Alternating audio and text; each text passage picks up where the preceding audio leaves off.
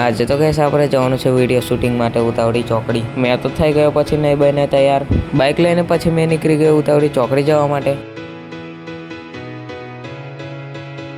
Guys તો પહોંચી ગયા છે ઉતાવળી ચોકડી સરસ્વતી કોમ્પ્લેક્સમાં. ગાઈસ તો આપણા ફતેપુર ગામથી અશ્વિનભાઈએ દુકાન ખોલી છે Finolex pipe fitting and plumbing, Asian colour, oil બેડિંગ, ટ્રેક્ટરોનો સામાન, ઇલેક્ટ્રિકલ સામાન તેમજ દરેક પ્રકારનો હાર્ડવેરનો સામાન મળશે.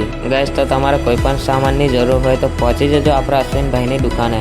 લોકેશનની વાત કરીએ તો સરસ્વતી કોમ્પ્લેક્સ ઉતાવળી ચોકડી, ડભોઈ તિલકવાડા રોડ. દુકાનનું નામ છે ગીતા એન્ટરપ્રાઇઝ. વિડીયો શૂટિંગ કરીને પછી આવ્યા તો જોવા મળી ગયા છે આપણા ગામના બધા. અશ્વિનભાઈની દુકાનનું ઉદઘાટન હતું એટલે રાખ્યું હતું સેવ ખમની. ઉદઘાટનમાં તો પપ્પા અને રાજુ કાકા પણ આવ્યા હતા. ગાઈસ તો જોવા મળી ગયા છે આપણને યશ બ્લોગર. ગાઈસ તો જાણવા મળ્યું છે કે આપણા ફતેપુર ગામથી હાર્દિકભાઈએ પણ દુકાન ખોલી છે. એટલે ગાઈસ મેં ફટાફટ પછી પગથિયા ચડીને ઉપર ચડી ગયો. મેં ચાલ્યો પછી એની દુકાન બાજુ. દુકાને આવીને ખબર પડી કે અહીંયા કરી તો આપણા હાર્દિકભાઈએ તો ફોર બ્રધર કલેક્શનની દુકાન ખોલી છે. તો ગાઈસ જેને પણ બૂટ ચંપલ કે પછી કપડાં લેવાના હોય તો પહોંચી જજો આ ફોર બ્રધર કલેક્શનમાં.